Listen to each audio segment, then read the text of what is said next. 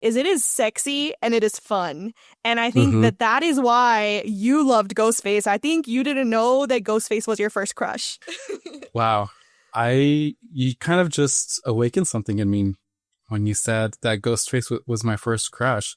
I don't know if you've heard the term of the gay awakening. In an overcrowded graveyard, the scream will rise. Ghoulmates Entertainment presents Not Another Spooky Podcast. Welcome back to Not Another Spooky Podcast, where we watch horror movies and talk about all the spooky things they make us think about. Think of it as spooky in the front. Horror in the back. I'm Mandy Spooks. And I'm Rabbit Loves Horror. We're just two lifelong besties keeping the spook alive, one bloody popcorn bucket at a time. Today we're grave digging into some meta horror and nostalgia, and then in the second half of the episode, we're getting into a full review of Scream. To set the vibe for today's episode, we're going to start off with a little game of Bone, Marry, Slash. Okay, I really hate that I did this to us because I have no idea how I'm going to pick. But we have Billy, Stu, and Dewey. But I have not decided if we're going based off of characters or the actors, because I feel like we usually go based off of the actors. Yeah, I think it's okay to go by both. You know, we could just pick and choose what you like about that character or that actor. But I kind of had a feeling you would choose these three people, so I kind of had all day to think about it. So I already have my answers if you want me to go first. Yes, hit me. Okay, so I'm going to bone Billy Okay. / Stu, and then marry Dewey, just because I'm feeling my Gail Weathers judge here. And plus, we can get divorced later if I'm not into it. Oh my God, the shimmy. I'm dead. I was not expecting that. I'm low-key kind of mad right now because I was like, there's no way that he would go for Dewey. But I was not anticipating Gail coming in for the steal. Okay, so my slash would be Billy, surprisingly. Okay, like I'm gonna give two scenarios because I just cannot narrow it down. So if we're going based off of the characters, I would slash Stu because he's kind of just a ding dong in the movie. Agreed. Bone Billy because of obviously, and then Dewey just owns my heart. Like the motif that plays for him and Gail in like the sequels. Yes. Oh, it gets my heartstrings. But IRL, I would slash Billy, bone Dewey, because David Arquette is just always like the dreamy, fun guy. Like I think of him in Never Been Kissed also, and it's like, I want to be with the popular boy for a night. And then Stu, oh my God, I feel so bad that I'm forgetting his name, the actor's name. Matthew Lillard? Yes, thank you.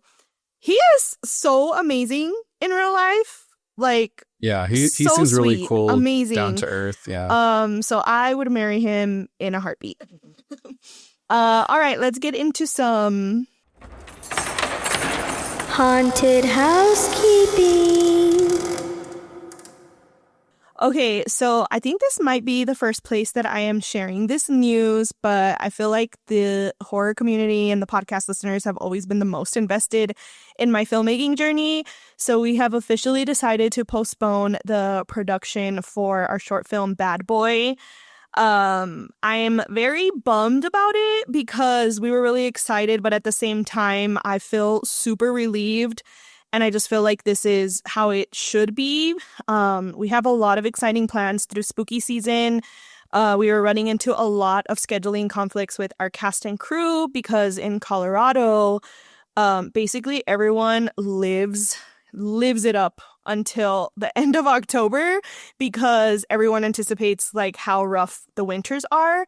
So it was really tough getting people to commit during this time, and I don't know. I just feel like this is the right move. We were kind of rushing things on purpose because we wanted to get it out for spooky season. But then also, it's always spooky season in our world. So we've decided to postpone it, and production will be happening in November now. So stay tuned for more updates. There's going to be a really fun campaign for it, a real fundraiser. I just think everything is going to come together a lot more smoothly now. So thank you all for your support. Bad Boy is still happening, and it's going to be spookier than ever. Did you have any updates, Gail, on your end? I should have had you break the news. I'm calling breaking news. Wait, breaking news.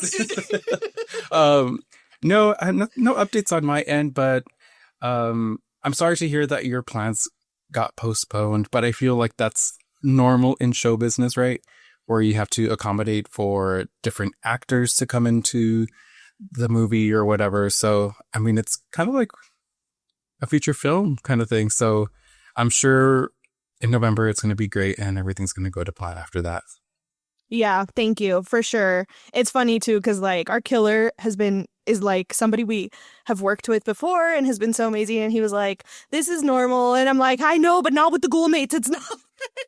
Yeah, you want everything to go perfectly. Yeah, but no, it's gonna be good. We're still super excited. I'm relieved and excited because I get to really put all my heart and soul into spooky season with all of the content right now. And then I can have like a very clear head once production starts. So we're really looking forward to that. It's funny because I wanted to kind of use that as the Scream Sheet update because it's technically industry news. True. If you haven't heard, the Gold Mates. All right, let's get into our segment, The Scream Sheet, our weekly breakdown of what has us shrieking with excitement. So this one is very exciting, and we have not had any Friday the 13th news in a very long time due to a very long legal battle, but that has been settled and we have tons of updates. So Jason Voorhees is officially back, and we got our first taste at San Diego Comic-Con this past weekend with the trailer for Sweet Revenge, a short-form vignette premiering August 13th as part of the new Jason universe and the franchise's 45th anniversary celebration. Directed by Mike P. Nelson and sponsored by Angry Orchard, the project promises a blood-soaked weekend in the woods that feels like a gory hug from longtime fans. But that's not all. Horror Inc. confirmed that a brand new Friday the 13th sequel film and video game are in early development. Meanwhile, the A24 Peacock prequel, Crystal Lake, is officially filming with behind-the-scenes footage shown exclusively at Comic-Con for the attendees. So lots of Friday the 13th coming for all the Jason stans, including Mr. Spooks. Yeah, I'm surprised that... We're not surprised that they announced it at a Comic-Con because that's the place where you go to make these big announcements. But how much they're giving all at once. Like I would thought they were going to do like either like the new game or like more details about the new game that's coming out. But no, they're like, well, here's this and this and this. So that is really exciting that they're doing all of this finally after all that legal battle stuff. But did you see the Angry Orchid cans? No. Wait, do they have Jason? Did I say it wrong? Orchid? Or I don't know. Orchid? I don't know. Maybe I'm saying it wrong. But yeah, they're like cans with his mask on it. I'm like, ooh. No, I did not. I'm looking it up right now. Unless I'm making something up and I saw it in my dreams. But I swear I saw like an Instagram post or something. It is not coming up. I wonder if it was like something someone made for... Oh. Maybe I got bamboozled. I have no idea. Huh. I'll have to, if I see it again, I'll send it over to you. But I swear I saw like a can or something. I don't know. I'm thinking I got bamboozled. Well, someone tweeted a picture of the Angry Orchard Thriller Pack Jason universe, and it has like a can with his face and then another can with like the house, like the campy house. Uh-huh. And then someone posted, I don't know if this is true. This is all live and on the on the dot, I guess. It says the movie is a 13-minute commercial for Angry Orchard. I wish I was kidding. So we'll see. I'm down for it. Like, hey, if they paid for it. Yeah.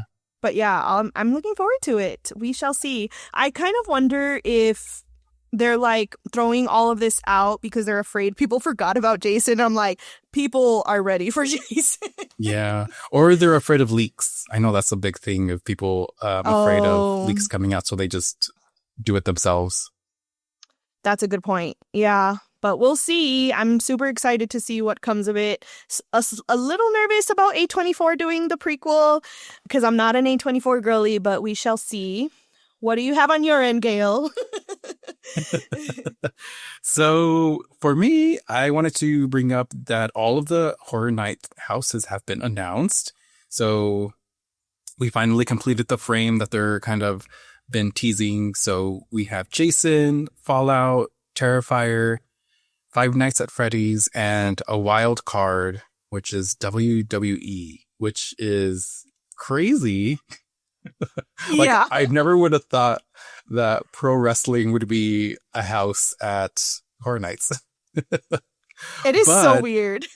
It is so weird. But then I saw the promotional stuff for it. I'm like, okay, I don't know these characters or these wrestlers. So maybe there's like some kind of like lore to them on why they're a good fit. But they do look scary. I don't know if you saw any pictures, but they do look kind of spooky. So I'm like, okay, maybe I can get into this. Interesting. I have not seen anything today, surprisingly. You did send me the announcement about it or just like a post about it, and I was like, what the heck? But I Yeah. do kind of see it. Like, it seems like it could be fun. Yeah, true. When there was like some rumors going around saying that WWE was going to be part of Horror Nights, and I'm like the Undertaker. Like, I haven't watched like pro wrestling in so long that my first thought was like, are they gonna have like a Undertaker kind of thing or something? But no, they're not. They're gonna have this new stuff, and I'm like, okay, don't know who you are, but you look spooky, and I'm kind of into it. And then also, there's gonna be a scarecrow house with music by Slash, so that should be a fun house to go That should through. be, because I loved the song that Slash did for the Bride House back when I went in 2021. I still wish I could get that whole freaking like Haunt soundtrack on vinyl. Oh, that would be cool. And plus, I love scarecrows. So Yeah. I think scarecrows are pretty freaky. So I'm super excited. Yeah, that sounds like it could be fun. Question for you. Will you be watching WWE to prepare for this haunt? I will not. Maybe if I really want to know something, maybe I'll watch like a YouTube clip or something. But I don't think I'll get back into pro wrestling. I have too many other things to watch. Yeah, no, I hear you. I was just curious. All right, Ghosters, it's time for our favorite chat of the week, Keeping the Spook Alive. It's alive! It's alive! All right, Gail, I'm going to keep calling you that every single time. How are you keeping the spook alive? Well, I like how we didn't really acknowledge what's happening. I know. We just keep going. Oh, that's true. I'm so sorry to the listeners who are not watching it on YouTube. Yeah, they're like, why? Who's Gail? And why does she keep referring to Rabbit as Gail? Oh my gosh. I am sincerely so sorry to you guys. That is what happens when I have been rescheduling a whole short film all day. But yes, Rabbit is in drag as Gail Weathers. Tell us about your look. Yes, so I was Gail Weathers last year for Halloween. I went out with Michael, and Michael was Casey Becker with the full knife in his chest and bedazzled blood coming out. And I was Gail Weathers with a microphone just following her around. It was a fun night. We went to downtown LA, and I never thought I'd wear this again. And then we were talking about, I don't remember how it came up, but it came up where like, oh, you should dress up as Gail for the podcast whenever we do the Scream episode. And I was like, you know what? that's a good idea because I won't put all this to waste for one night. So I did sew this blazer, which you can probably tell because it's kind of like wrinkled all over. But I did sew this myself, and I did style this ugly wig, and I cut the bangs up really short. So yeah, it was a fun costume to make, and it was a fun costume to go out in, and I'm glad I get to wear it at least one more time. Maybe I'll put it on again in the future, but You have to wear it every single time we do a Scream movie. okay, that would be kind of cool. But We'll if see. the fans demand, you might just have to be Gale for the rest of eternity on this podcast. No, no, We can get you I a purple can't do blazer. it. If it took like 30 minutes to get ready, then yes, I'd do it. But this takes me like 2 hours to sit down, block my eyebrows, put on foundation, sculpt out the eye. It just takes a lot of work. So, and I'm really sweaty right now. I feel like I'm wearing like a beanie and a jacket and Yeah. it's like 80 degrees outside or something. So maybe in the future we'll bring it back, and maybe I'll be Casey Becker because we still have the costume for Michael. Maybe I'll just go Ooh. steal the wig and just be Casey Becker for one episode. That would be really fun. Well, I want to say thank you for taking the time to do this, and I am obsessed. It's funny, you guys. We are lifelong besties, and I have never been with Rabbit while he's been in drag, in person, online, in any form. So this is like my first time experiencing it, and I was kind of nervous because I was like, what if Rabbit in drag and I don't get along? Because it's like a persona. He's putting on his own Mandy Spooks. By the way, do you have a name, a drag name? I recently landed on Willie as my drag Willie. name. Willie. I was- Willie. Ooh, like Billy? Yeah. So, well, yeah, it's my middle name. It's my middle name in English, I guess you can say. So I was like, you know what? That's still me, but also Yeah. a little flirty, Willie. So I was like, you know what? I kind of like it. So it's stuck for like a year or so. So I think I'm gonna stay with that. I love it. Well, yes, you look so gorgeous, so cute. When we first jumped on the call, I was like, I'm not gonna be able to focus because I'm just like, oh, she's so pretty. So I'm very relieved that we get along still. Yes, me too. We can't But, have two like- divas in one show. No. But like I was telling you before, I really feel that the mustache is keeping me grounded because I've never liked doing facial hair drag. At least for me, I just like feeling the full fantasy of like transforming. So I really think that this mustache is keeping me grounded and reminding me that I'm still me under all this makeup. Well, it's like a nice balance. True. Yes, it's a nice balance. Please go easy on me if you ever do shave the beard, the mustache. I'm sure it'll be fine. But yeah, keeping the spook alive. So I didn't do anything too spooky this week, but I did celebrate Summerween. So Ooh. one of our friends invited us over to go swimming. So we had a long pool day, like 8 hours at the pool. It was my first time ever going into a pool that was like a salt water pool. It was amazing. Oh, jealous. And it was heated. So we were just in there all day. And then afterwards it was amazing because you didn't have like that chlorine feel on you when you like drove home. Like you just felt, I don't know, I felt refreshed. Yeah. Like my skin felt better for some reason. But it was super nice. And I kept it spooky by eating on a like Cinco de Mayo plate. So I felt like I was celebrating Summerween, like by the pool with my plate and my pizza. So it was a fun time. How about you? Oh, that's cute. I'm so jealous. I've only ever been in a saltwater pool once, and it's been my dream in life to find another one conveniently. Yeah. I can't wait to yeah. go back. Yeah, that would be really nice.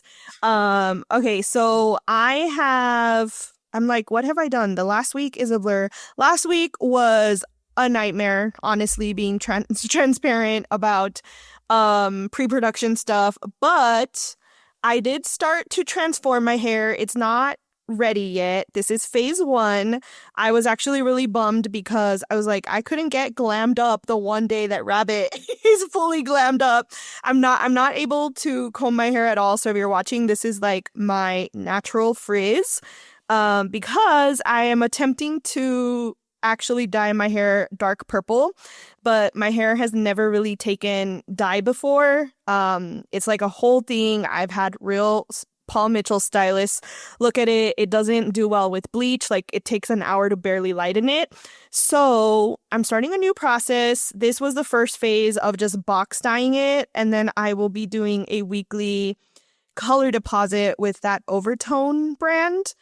And then also maintaining it with purple shampoo.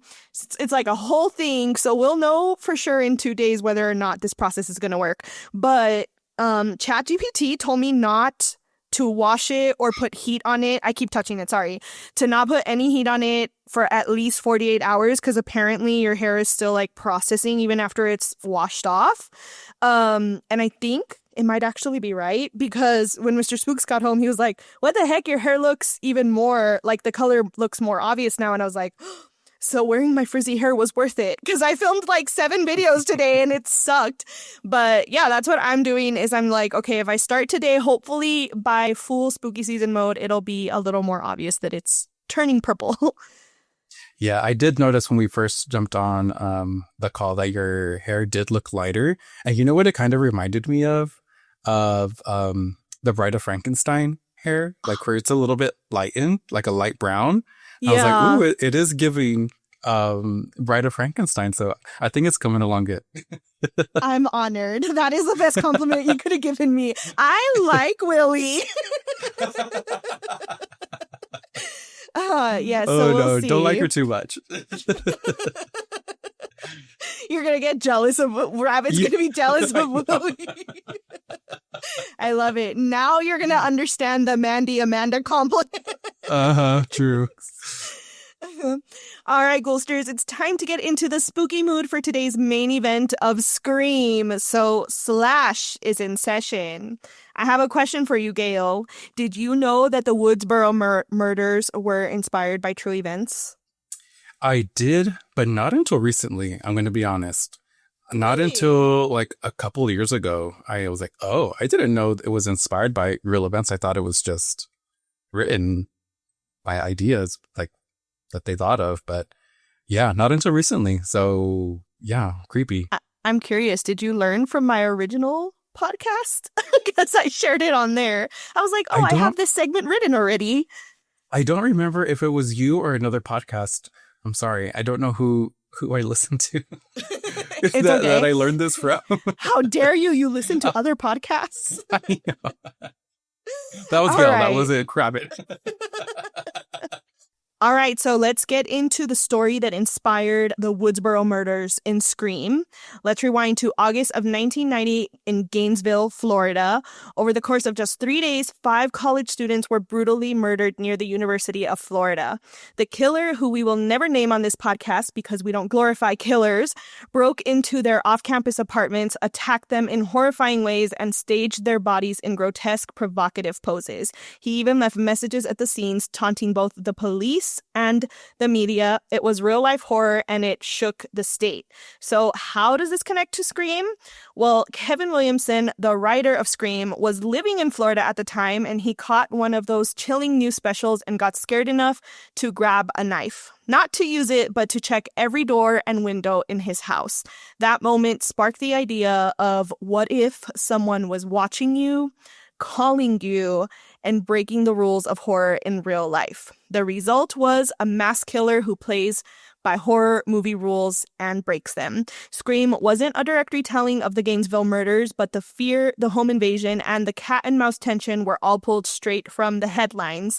And more than that, Scream launched an entire subgenre of self-referential meta-horror. That means horror that knows it is horror. Characters who say things like, I'll be right back, and no, it's a death sentence. It's scary, funny, and a little too real sometimes. So think Cabin in the Woods, Tucker and Dale versus Evil, The Final Girls, but Scream is the blueprint. And there you have it. Amazing. Yeah, I remember. Oh, sorry. Go ahead. Like I said, I don't remember where I heard this, but yeah, the way he would display the bodies for the police to find was insane. I'm like, that is one twisted person.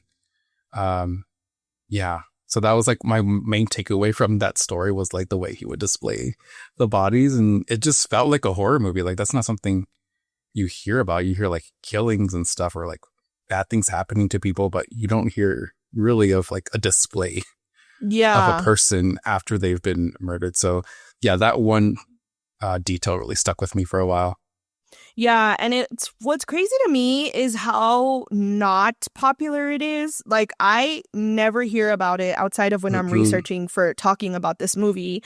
So that's what's even crazier to me, but I guess good because I don't really like sharing real life stories because that's what they want. Yes. But that brings me to today's spooky question of the day. And I don't know if it's a question or not because I was kind of uninspired for this one. I didn't know what to talk about other than maybe if you would prefer to be in the original Scream or in the requel as far as like when the phone rings and you get quizzed. Because you know how like in the first one they were classic slasher questions, but in the new one, Jenna's like, nobody watches those anymore. I don't even remember what she says. So it's like, which time frame would you rather be in? That's a hard question because I probably would fail if it was classic horror. I think I would fail just like Casey Becker because of the Friday the 13th question. I'd also just say blurt it out because that's just who you correlate.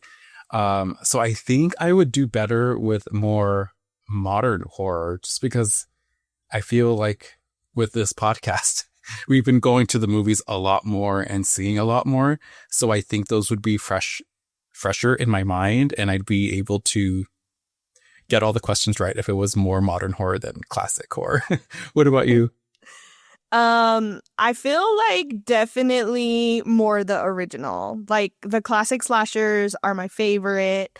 Now I would probably be able to hold my own because of the podcast, but I think like deep down, like I don't ever quote movies, by the way. Mr. Spooks will quote movies before the quotes happen on things I've never seen. And I'm like, please stop doing that. It's very rare that I quote movies, but I quote a lot of today. I was quoting Scream when I was rewatching it and I can quote Halloween. So I think definitely put me in the original Scream. Yeah, that's fair. Some people just really have it in their mind and you can't forget it. Yeah, true. That's why we would make a great trivia team.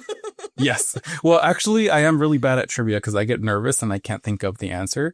But I think if we put our minds together, we can figure it out. maybe if Willie shows up, we'll get all of the good Sure. All right, Ghosters, it's time for the spoiler pack segment of the show. So if you don't want spoilers, this is your warning to turn back now and come hang out with us once you've seen the movie. What are we streaming and screaming to this week, Gail? Alrighty, so this week, Scream 1996. It is certified fresh with an 80% popcorn meter, which is a little too low. I'd say I feel like a 90% makes more sense to me, but who am I? You're just Gail Weathers. Yeah. So let's get into the summary by Joss Oren on IMDb. A year after her mother's death, Sidney Prescott and her friends start experiencing some strange phone calls. They later learn that the calls were coming from a crazed serial killer in a white face mask and a large black robe looking for revenge. His phone calls usually consist of many questions, the main one being, what's your favorite scary movie? Along with much scary movie trivia, ending with bloody pieces of innocent lives scattered around the small town of Woodsboro. In the end, it is revealed that Sidney Prescott's boyfriend, Billy Loomis, was the mastermind behind the murders, including the death of her mother. But he wasn't working alone. His best friend Stu was in it too, leading to the shocking twist that there were two killers all along. Ooh, okay. So this movie was directed by Wes Craven, rest in peace, and produced by people we won't mention. And it was screenwritten by Kevin Williamson, which is, I don't know, I think he's a genius. After I've seen everything he's done, he was involved in several Scream movies, the TV series, which I actually really liked, The Faculty, Dawson's Creek, Vampire Diaries. So this man kind of knows what he's doing. I had no idea he did all those projects. That's wild. Yeah, he wasn't necessarily the writer, but he was either producing it or created it somehow. So his hand was in a lot of teen dramas, and I don't know. He's just a genius, if you ask me. Alrighty, so let's get into the cast. So we have Sydney, played by Neve Campbell, Gail Weathers, played by Courtney Cox, Dewey, played by David Arquette, Billy, played by Skeet Ulrich, Stu, played by Matthew Lillard, and Tatum, played by Rose McGowan.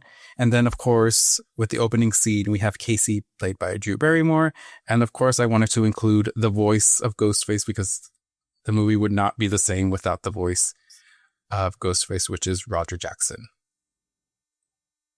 Okay, so let's get into our initial reactions.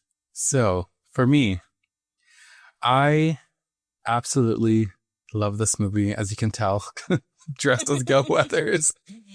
This movie had such an impact on me when I was younger for some reason, and I don't know why.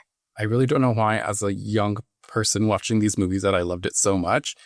Because during my recent rewatch, I'm able to identify why I really love this movie. I like how it's kind of like meta, pokes fun at the genre, and how the screenwriting in Act 3 was just perfect for me. But I know at that age, I didn't know these things, and I wasn't picking up on these things, and I'm sure I didn't even understand what screenwriting or meta meant. But I think the goal was to write a new slasher for the next generation, and I think just Kevin Williamson just hit the nail on the head, and it just was a perfect movie for me, and I think that's why it's just stuck with me this whole time. I have thoughts that I'm going to reserve because I don't want to ruin my future thoughts, but that's interesting, honestly, because I didn't really watch this film as a kid, and I think that might be part of why I don't obsess over it, because I'm not gonna lie to you guys, I was kind of like not looking forward to watching the movie for this week because I feel like I've seen it so much as an adult that I'm like, do I need to rewatch it? And I definitely did need to rewatch it. And then by the end, I was like, oh my God, this really is an amazing movie. But I don't know why it's never been like on my top favorite horror movies, and literally hearing you talk about it made me realize that it's because it doesn't have the nostalgia factor for me because I didn't really enjoy it until I was an adult. So that's a nice little epiphany. Yeah, I mean, that makes sense with anything. Maybe that's why I don't like Jaws as much as other people, because I never saw it until, what am I, like 37 years old? That's the first time I've ever seen Jaws. So I don't have that nostalgic connection to it like a lot of people do. So I really do feel like nostalgia really, I don't know, attaches you to something. Mm-hmm. And it follows you into your adulthood and makes you like makes you miss that feeling of being a kid, I guess you can say.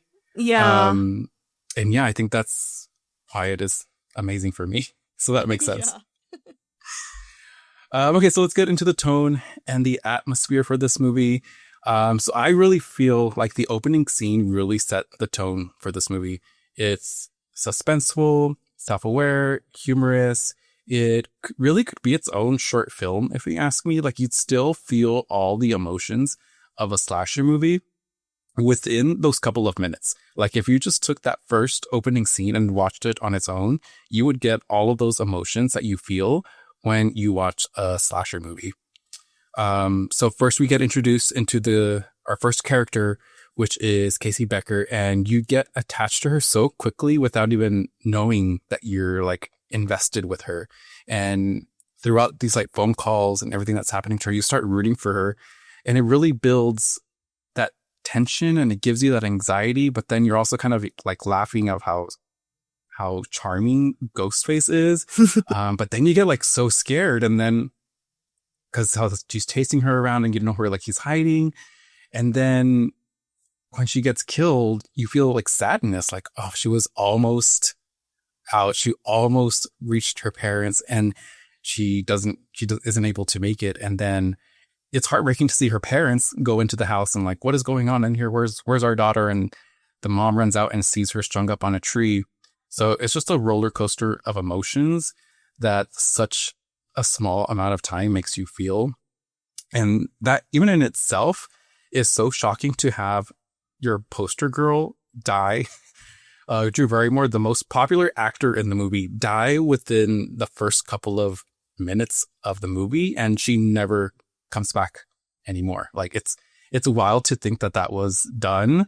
And I'm just so surprised that this opening scene does not have any awards or anything, because it was so perfect. It is like my most favorite opening sequence to any movie. Yes, 100%. I think that scene is probably one of the most iconic kill scenes in horror. And it's because it literally like takes off so quickly. And I think for me, what I really believe about this movie in general, as far as like the tone and atmosphere, is it is sexy and it is fun. And I think that is why you loved Ghostface. I think you didn't know that Ghostface was your first crush. Like, that's what I wanted to say in the opening. Because the opening, he is so charismatic. And that is what I love about Ghostface. And I think that is why he is the most popular slasher today. And I think that's why I resist it a little bit, because I'm like, everybody loves Ghostface, you know? But it's just like sex sells. Sex sells, kill scenes sell, and when you put them both together, you got like the most iconic slasher ever. So I really think that is why this movie has been like so iconic, is because like you can't help but kind of like want to root for Ghostface, and like maybe you would flirt with him if he called you, you know? But then they like set it up to be this like playful, flirtatious opening. And then when he flips his switch and he's like, I'll cut you like a fish. And he does that throughout the movie. If you notice, like it always starts out and then all of a sudden he does that flip and it's like, oh shoot, things just got real. And then it turns out to be like that opening scene is, I hate to use the word visceral, but it is one of the most visceral scenes to watch. Because like as a woman, even like just seeing how it plays out is like so, like there's nothing crazy about what he does, but it just feels so like cringe to see that happening to Drew Barrymore. And maybe that's why you get that effect, because we all know Drew Barrymore as the good girl, the girl next door that we all love to root for. So they completely like took that and shattered it. And it just leaves you like heartbroken immediately. Like I feel so much sadness after that scene. And so it's just like what more do you need? You got sexy, charismatic, funny, and then shock. Like it doesn't get any better than that. But then it does. The movie just keeps getting better. It just keeps going. Wow. You kind of just awakened something in me when you said that Ghostface was my first crush. I don't know if you've heard the term of the gay awakening, like who is the one character that was like made you realize that you were gay. And I always thought it was Robin from Batman and Robin. But now that you're saying this, like, wait, was it Ghostface? Was it the voice? Was it the voice that got me? So, wow, I have a lot to process tonight after this. So nobody knows you better than me. Yeah, that is true. As soon as you were saying it, I was like, that was his first crush. I never put that together. Wow. Huh. Okay. I have to move on before I start. Compose yourself, Gail. Spiraling. Okay, let's get into the direction and the cinematography. So I'm really bad at calling out these cinematography things, but I did notice that this movie had a lot of slow moving shots that just follows a character. So it feels like you're really in the scene with them. They do. And then when things get really intense, the camera just like zooms into their face, like to see their facial expression, but it doesn't feel like a camera zoom in a way. It feels more like the cameraman like gets closer to you. And it just felt so home movie like, but not found footage. Like it just felt real, like you were there in the scene, living in that moment with that character. And yeah, that was interesting to identify now as an adult. And then as the movie goes on to like the chase scenes, it's not as slow moving shots. It's a lot of more cuts that kind of give you anxiety because you're like, okay, this movie is now cutting so much. I don't know what to expect in the next scene. So yeah, this movie, I'm assuming they did that on purpose now that I'm now able to identify things in film. So I really feel like they really did that intentionally. I'm sorry, did Gail get her degree in film or something? Apparently. Give her a microphone and she knows everything. I honestly had nothing to say with the cinematography. I only noticed like one thing. So I was very pleasantly surprised to see everything that you had caught, which only shows how much you really love this movie. But the only other part that I really noticed was Gail Weathers, that they use a handheld, obviously, to follow her around, but they don't have any stabilization on it to really give it that effect of like it's really like a man on the streets type situation. But then I also noticed that a little bit, not the whole time, but throughout the film, you do get a lot of those like shaky moves with Gail Weathers. So I almost feel like it's an approach to her character because she's like man on the streets type thing. So Yeah. I thought that that was interesting. But everything you mentioned is accurate, 100% true. Just not things I had picked up on enough in this movie. Well, I'm glad I was able to bring them up. Yeah. Okay, let's get into the writing and the pacing. I think the writing for me is really what makes this movie so great. Not only just the self-awareness, but also the homage it pays to the classics. So my first point that I wanted to make was Sydney feels superior to horror movies and also other final girls in general, which is funny because she doesn't know, but she's in a horror movie. So it's just funny to see that she thinks she's above them and she's like, those dumb bimbos. Or I have the quote here. So to quote her about horror movies, she's like, they're all the same. Some stupid killer's talking some big-breasted girl that can't act, who's always running up the stairs when she should be going out the front door. End quote. And then cut to her running up the stairs. So I think it's so funny that she knows what to do in these situations. Like she knows she should not be running inside the house. She should be running outside and getting help. But she's faced with these quick decisions and she has no other choice than to make the same decisions that she just criticized, which is running upstairs or running inside the house, kind of like at the end of the movie where she's faced to either stay outside with Stu and Randy or go back in their house. And she actually goes in the house and locks the door. And I don't know, I thought that was amazing because she knows objectively that it's dangerous to go in a house and lock the door because you're trapped inside. But she still makes the same decision that the big-breasted girl that can't act does. So I thought it was a perfect, self-aware and humorous thing that he put together.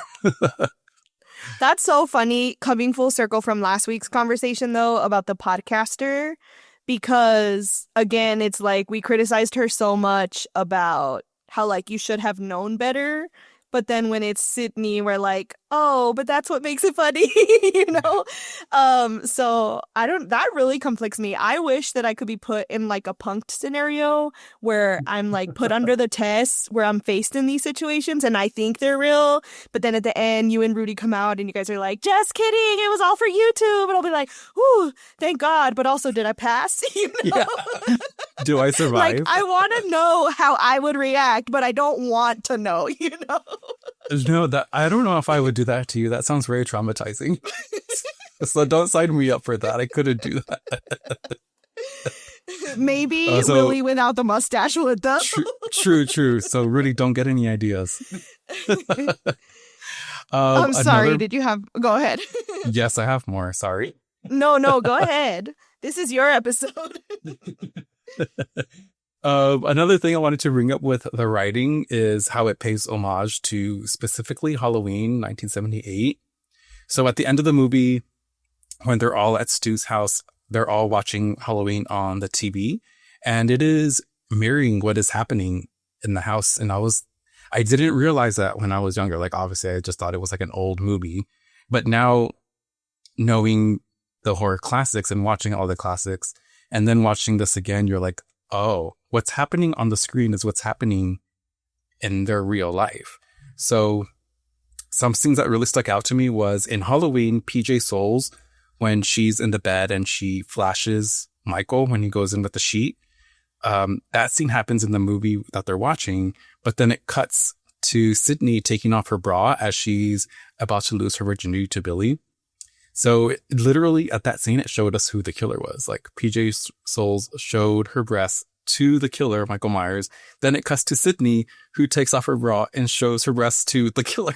So I was like, oh my God, this is amazing. Like, and then throughout the all this like craziness going down, the movie is still playing, and you can hear the Michael Myers chase music in the background of the TV just playing. And I was like, oh my God, this is so good. I don't know how you can hate this movie. I don't know how this isn't 100% on Rotten Tomatoes. And then as the Halloween movie continues to play, it's the scene where Laurie runs up to the closet to hide from Michael as she's being chased. And Michael barges in, like, and hits all like the hangers and tries to get her. And then it cuts to Billy opening the coat closet looking for Cindy, and she rushes out and stabs him at that same moment. And then later on, it happens again when she goes and kills Stu. So on the TV, it's playing, it continues from the previous scene where she's hiding in the closet and she grabs a wire hanger and she's like trying to create a weapon out of it. And right as she's going to stab Michael in the eye, Sydney pushes down the TV and smashes Stu's face and ends up killing him. So I was just like, oh my God, how do y'all not love this movie? Like the way it just structured everything was just so amazing to me. Yeah, I think so. What I really love about everything you just said is it almost felt like when Kevin wrote this, he was also writing it as like a Bible to like what horror films are.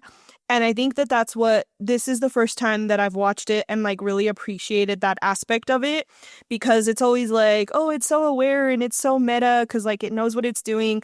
But there's Easter eggs throughout it. Like there's even like a Freddy Krueger call out where like the custodian comes out and he's wearing the Freddy Krueger costume. Yeah. And they say like, oh, how's it going, Fred? Or something like that. And then with all of the like lessons that Randy is teaching and showing the Halloween movie, in a way I was like, oh, this is a love letter to horror. And I never really like, I knew that obviously, but it hadn't hit me that it's like a lesson for, because it came out in the 90s, which was like significantly after Friday the 13th, like all the original slashers. So I feel like it was, like you had said, for the next generation, but also enough to teach the next generation and hopefully pique their interest enough that they would want to go back and watch those original films that inspired it. Right. Yeah. And kind of reward you for doing that, because once you go back and watch those classic horror movies and you rewatch Scream, you're just like, oh, I know that. I recognize this. So yeah, he's a genius. I love him. Yes. The only other thing I wanted to add in was that it's funny. This is like the third movie in a row where I'm like, the character development was amazing, because I don't typically say that about a lot of films. But I also think that the characters in this movie have so much depth to them. Like Sydney isn't just some final girl that you're like rooting for because she keeps kicking ass, but she's going through like so many layered things between like recovering from the loss of her mother alone to like battling the fact that she doesn't want to become like her mother. Like it's a really intense to like miss and love someone so much, but also like she's not resentful, but she kind of like recognizes she shouldn't be like her mother, and then also trying to keep like that spark in her relationship. So I think that is one of the reasons why she's one of the most loved final girls, because there's so many layers to her. She's not just your typical like fight till you die types final girls. But I also just wanted, because I had nowhere else to mention this in its writing, I loved her line right before she hooks up with Billy when she's like, it's just so corny, and I'm just like, I don't know if I like it. It's funny, but I also kind of like didn't like how campy it was. But she's like, they're like making out, and then she says like, why can't I be in a Meg Ryan movie or even a really good porno? And then like Billy's like, did you just say what I think you said? Like, it's just like, so I was like, was that necessary? But it's also really funny and it stuck out. So I don't know if I loved it or hated it, to be honest. Wait, that line or the movie? The line. You were like, I will come for you if you see the movie. Like this podcast is ending now. A tooth for a tooth. Yeah, I feel like she had a lot of funny lines like that. Like when she poked fun at if there was going to be a movie made after her life that she'd be played by Tori Spelling, which was really funny because I actually like Tori Spelling. I'm offended for Tori Spelling. About that. Like, that's so mean.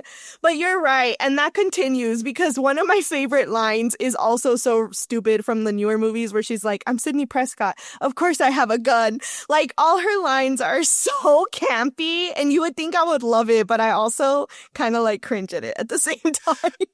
Yeah, it is kind of cringy, but I can't be mad at it. Like, she can't do anything to make me mad at her.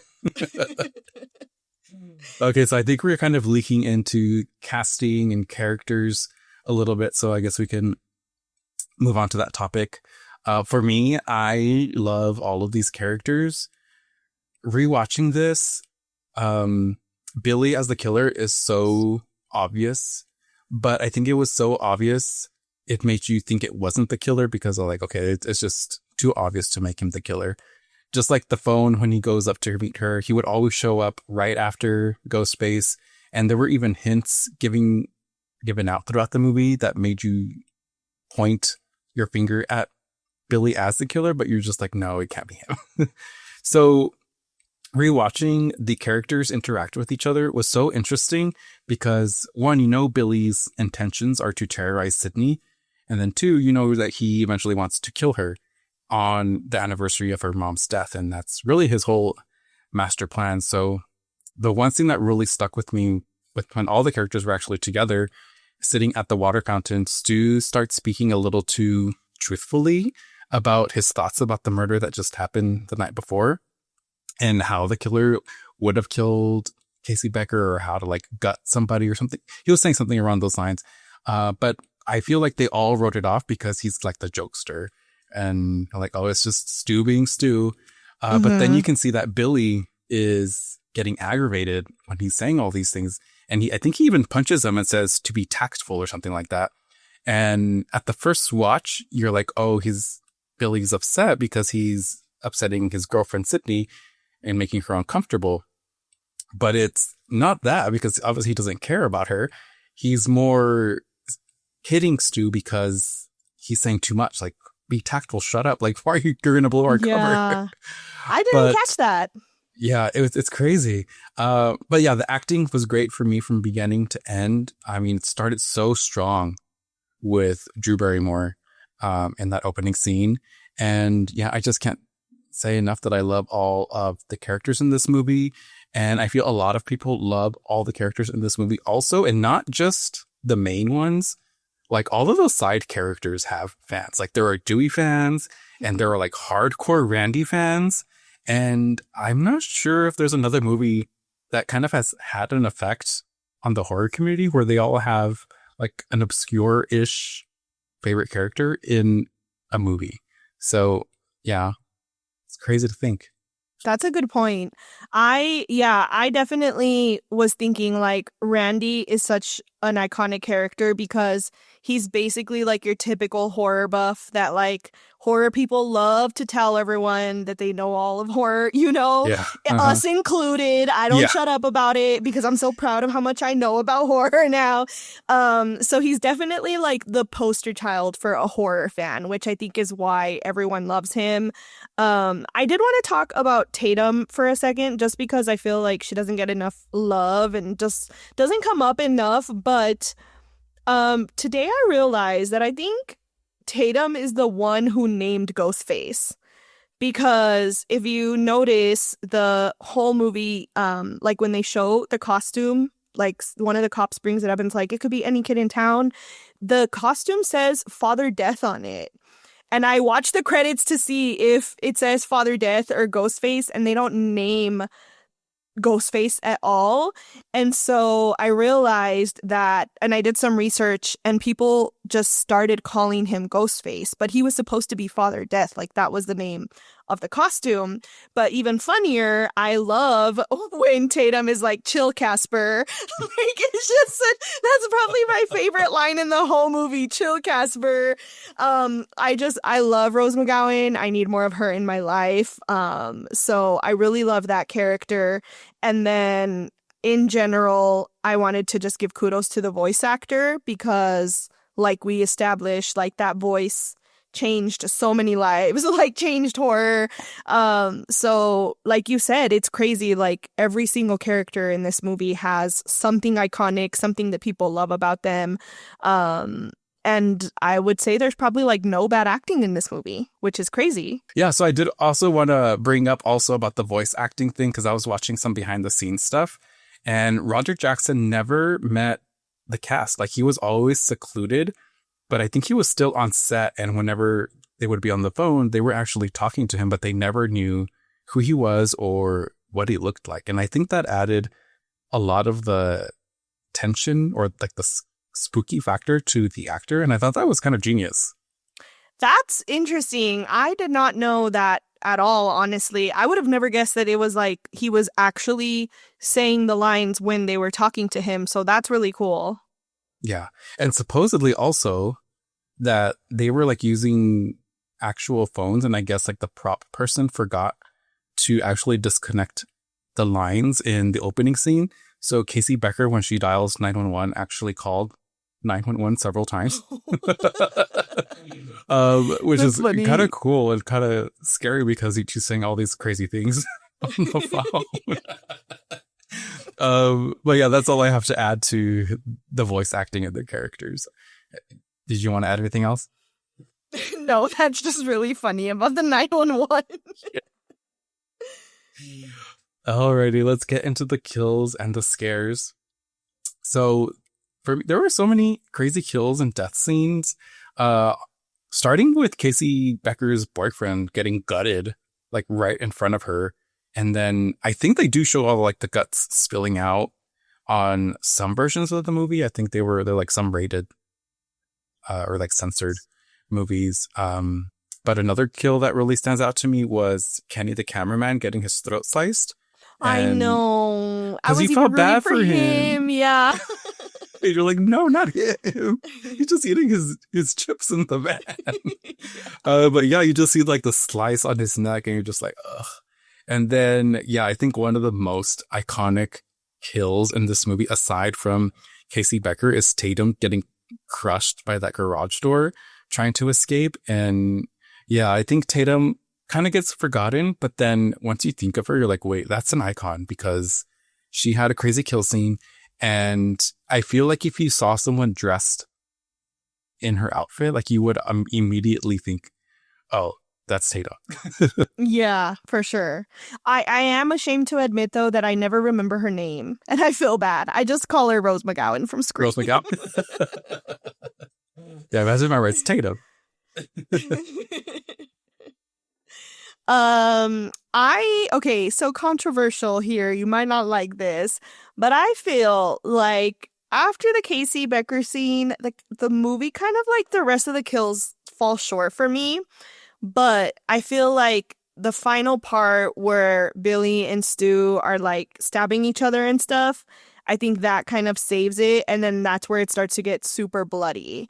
And it's just crazy because like you never see that on screen of like people just being like stab me, shoot me, whatever, like it's just so crazy seeing how that whole scene unfolds that it kind of is like rewarding because like you have this Casey's death is just so emotionally impactful, and I just feel like the rest of the movie, if you really compare it to some of the kill scenes we've seen now, they're kind of mid, to be honest. Tatum's is cool because it's creative. Like you don't see people getting killed with a garage door like that, So I feel like leading up to like the whole middle, the kills are kind of like but then the ending is where it's just like, this is crazy. These two teenage boys just freaking destroying each other. Yeah, I will agree that the movie goes a very long time without any kills. Like nothing really happens kill-wise for, at least, 40 minutes, I guess you can say, until it gets to the end at Stu's house. And that's when everybody starts dying, or there's like fights here and there, and then the stabbings. So yeah, I will agree that there were a lot of no dull kills. moments. Dull moments. Not dull moments as in boring, but dull moments as in no kills happening. Yeah, because there were still sure. chase scenes and stuff like that. There were a lot of like fake Ghostface moments is True. what I think they fill it up with. Yeah, but I also think that's because they're also not wanting to kill Sydney. They like want to terrorize her because they're saving the kill for her mom's anniversary. Day. Okay. Yes. So they're not intentionally not killing, or they are intentionally not killing her. They are only doing it to torture her. That's how I see it. Touche, Gail. All right, so you already kind of touched on it, but we'll move on to the practical effects and CGI. I'm not sure there was a lot of CGI used in this movie, but there was a ton of blood, like you said. At that end scene, there's just so much blood all over the hands, all over the kitchen. So it was a lot of gore, but then it wasn't too much, like not Terrifier gore standards. Yeah. It was just really bloody, but it felt realistic, and it didn't feel like they were using the blood to make you scared. It was like supplemental to the scene. Like the blood was there because of what was happening, if that makes sense. Yes, I would agree with that. And I feel like, I don't know, honestly, all I could think about was what a nightmare that scene must have been to film. Like, that's all I could, because especially like as we've been planning out the practical effects for Bad Boy, like you have to account for like every single shot and consistency, right? And I couldn't turn my filmmaker hat off. I was like, how many phones did they have on set? Because the part where Stu is like talking to Sydney on the phone, he's getting that thing full of blood. Yeah. Like, and I was just like, how many phones did they have on hand in case they had to like retake, or were they cleaning it? Could you even clean that much blood? Like, I had so many questions. So yes, it was definitely all practical effects, but I really wish I could see like a behind the scenes of that whole scene, because there's just like so much, down to like the stabbing and like how many shirts did they have on hand? How many takes did they even have for all of these shots? Like that whole scene is just wild. Yeah. Another fun fact behind the scenes stuff, that whole end scene took 20 days to film or something like that. Like more than 20 days to film that one scene, or like the end scene. And I think there were even shirts made saying like, I survived scene blah, blah, blah, like of screen, because how hard it was to film, or how tedious it was to film. I didn't really look into seeing like what made it so long, but I just know that it took such a long time for them to film I that end believe it. scene. Yeah. I'm glad that I've learned something that I could put that together watching it. Because, yeah, I was just like, oh my God, the consistency in this must have sucked. And to have enough of everything on hand in case, like, for retakes. So I'm going to go look up some behind the scenes on this movie now. Yeah, it was really interesting. And another fun fact about keeping things consistent was the knife swipe. Do you know how he does this? Like, so Yes. that was done by one of the stuntmen, and they thought it was genius because he could clean the knife right after stabbing somebody, and it won't have to be consistent afterwards. So like, you're like, oh, in this scene he was already stabbed, so we have to make the blood or the knife bloody. So to keep it all consistent, they're like, okay, always clean your knife, so in the next scenes we won't have to make sure there's blood on the knife. So that was pretty genius. I love that. Yeah. My only critique of this movie, I guess you can say, was that nothing really looked fake to me except for the Casey Becker dummy that they hung on the tree. Like, you could definitely tell that was a dummy. But that's like my only critique. Yes, and also when they cut back to Tatum's death too, because I think Sydney's running and she finds her, that one looked fake too. But it still looked good enough. Like, I'm not gonna fault them on those. No. Nothing could ever make me hate this movie. All right. Did you have anything else to add in this section? I don't think so. Okay.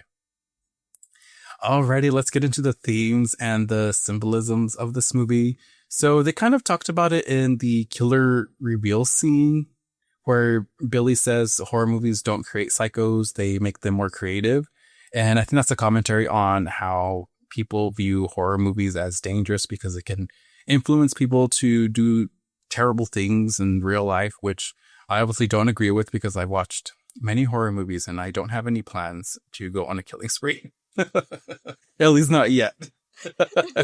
So, yeah, I think there was a lot of also like, you also touched on that before with dealing with shame, with Sydney dealing with a lot of shame from her mother, and which translate to like women dealing with their own type of shame in real life, but still overcoming that and not being the typical slut, I guess you can say, how they refer her to her mother.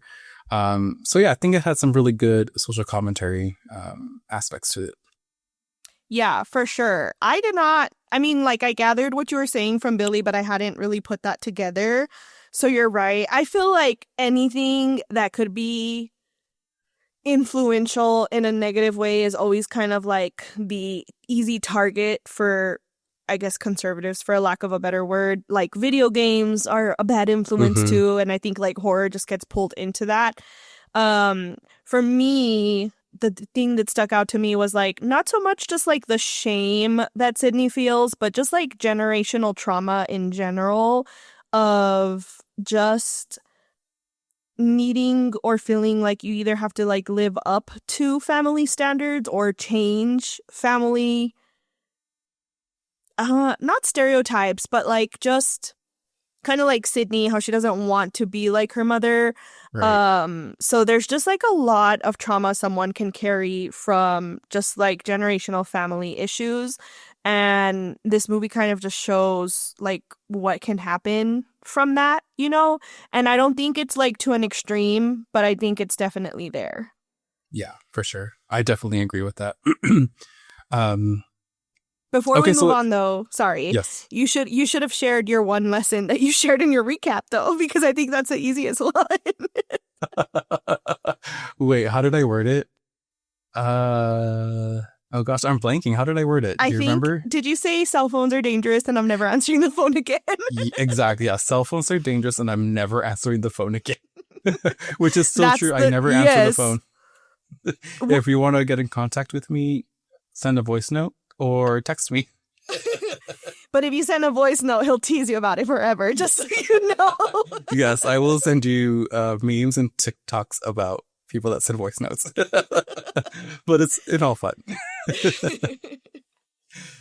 Alrighty, let's get into the final wrap up for this movie. So I feel like this movie, you definitely need to rewatch it after you watch it the first time. Go back and watch it a second time. so you can catch all the hints that it gives you throughout the movie.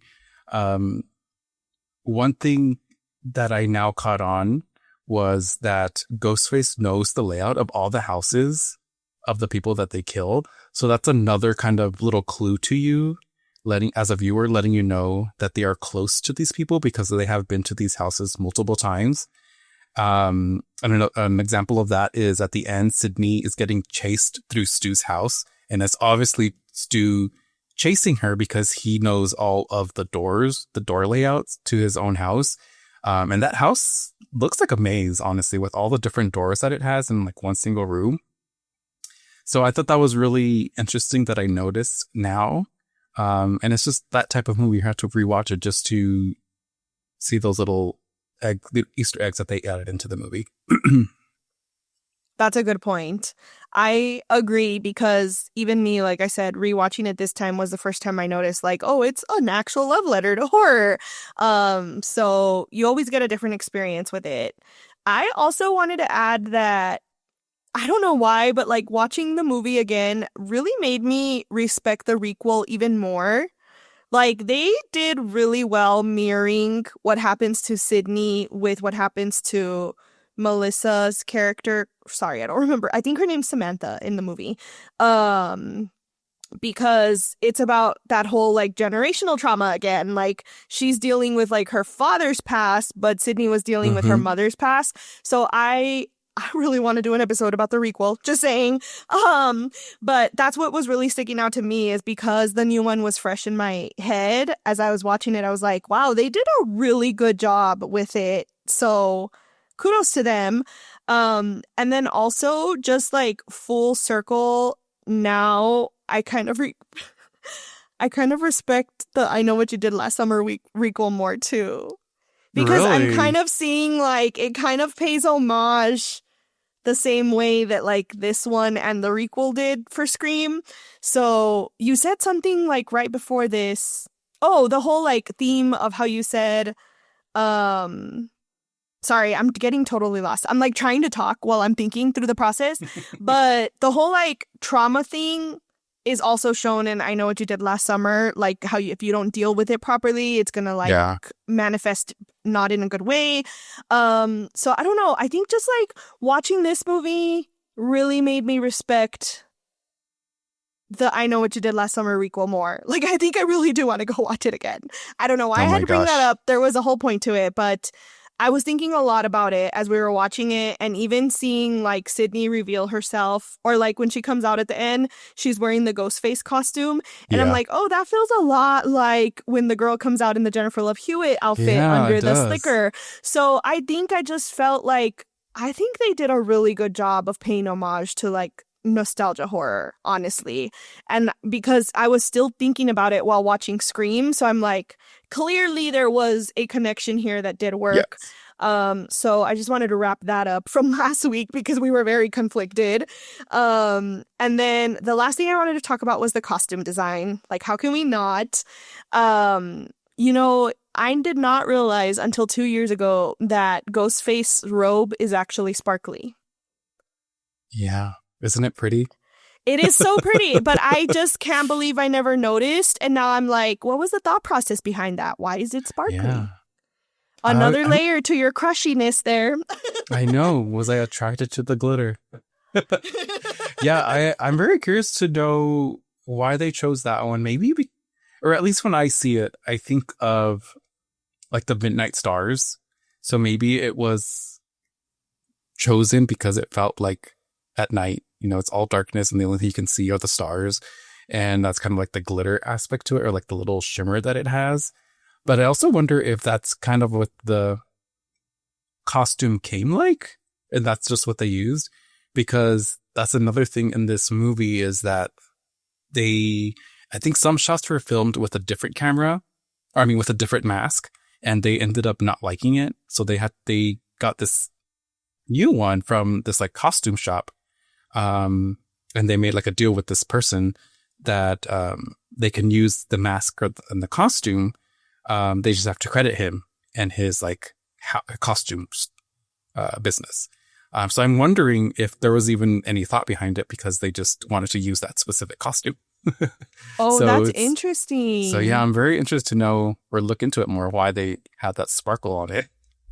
I want to learn more about this. Like, how did they trademark the costume, license it? I don't know. That I've opened a can of worms there. Yeah. But that aside, I also just think that Ghostface has become iconic because that face is so mysterious, but it also can be so goofy.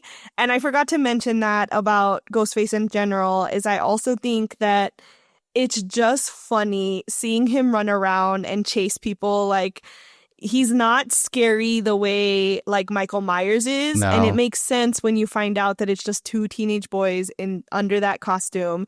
So it makes so much sense. And then like when you pair it with what they did with the character in Scary Movie, I really think that if it weren't for Scary Movie, Ghostface wouldn't be as iconic as it is now, but they kind of like really sealed it into pop culture with that film.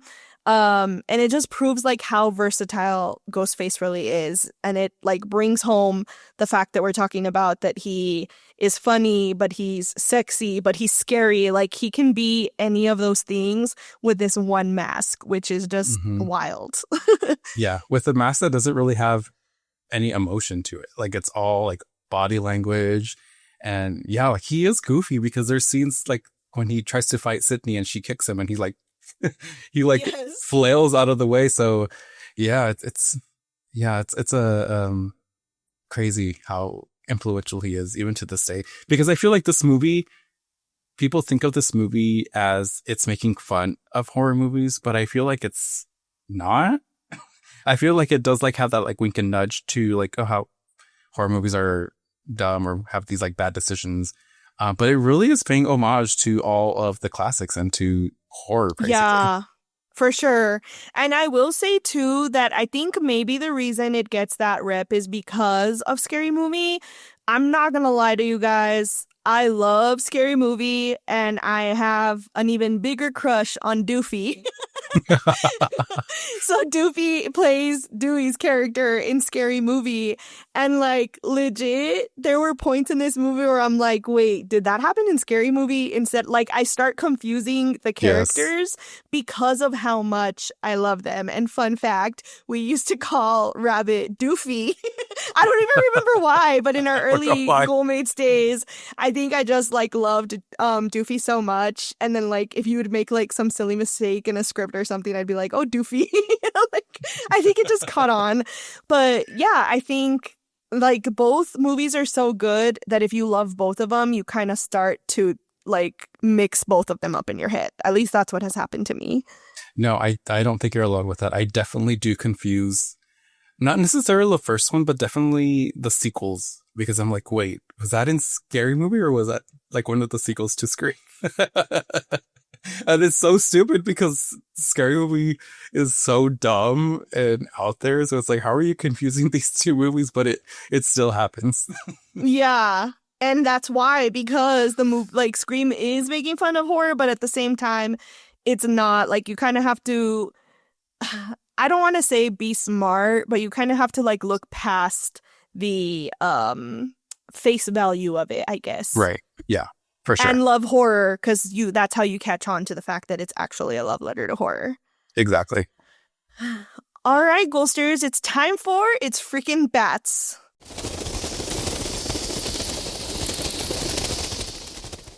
So, on a scale of 1 to 5, how many bats would you rate this film, Gail? I How think many nobody microphones? I think nobody's gonna be shocked of how many bats I give this movie. I think it is done perfectly. I love that it has that self-awareness, but also just pays homage to all of the classic films. And the opening scene alone just gives you what you want from a slasher. So I'm gonna have to give this movie 5 out of 5 bats, gold star, smiley face, everything else I can think of. What about you? What do you think I'm going to give it?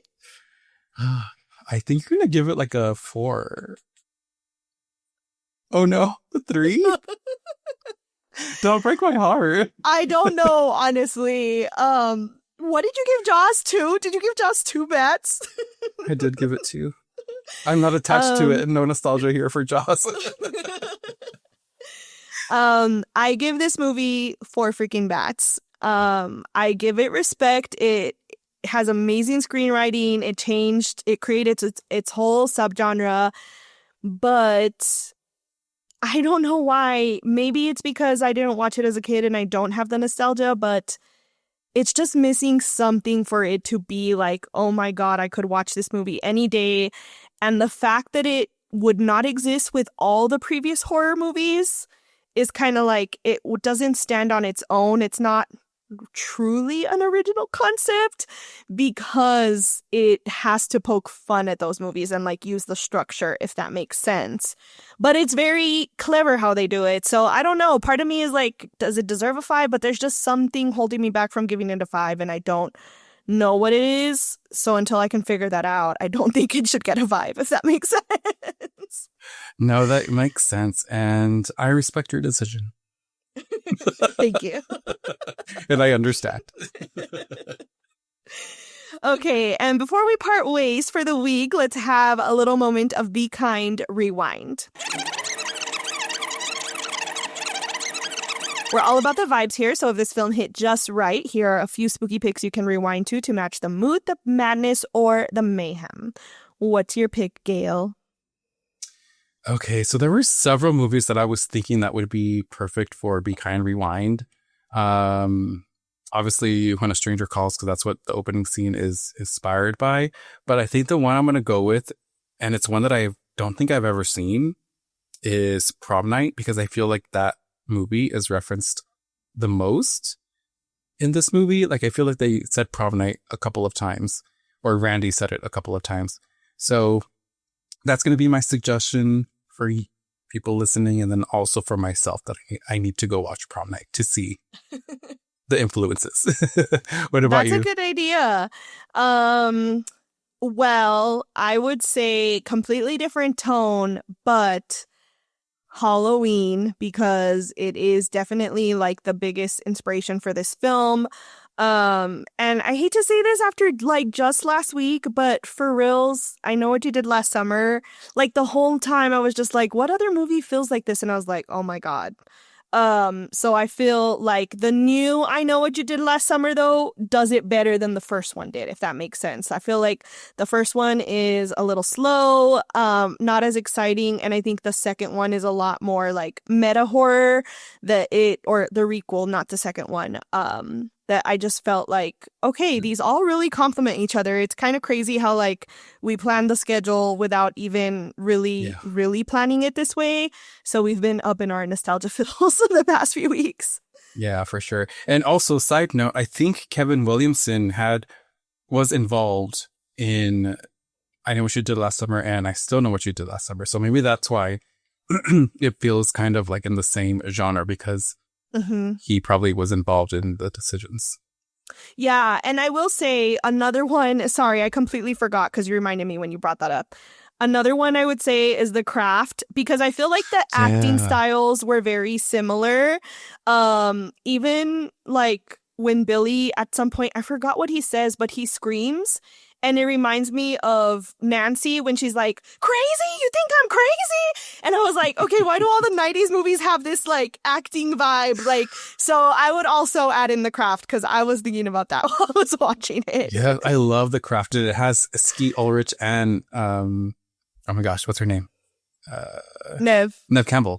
So yeah, those are another classic movie that we should probably cover, maybe. I don't know. Yes, for sure. I was thinking that. Glad you agreed. All right, Ghosters, we hope you had a bloody good time hanging out with us today. Next week, we are moving away from the nostalgia to cover something more modern that still has a nostalgic twist to it. We're watching The Substance. I'm so excited to finally talk about this film. I never did any content about it, so we are ready. This weekend, that's what we're tuning into, so we'll see you here next Monday with our freshly popped horror review. And remember, keep horror alive and watch something spooky this weekend. Until next time, sending you ghouls and kisses. Bye. Bye.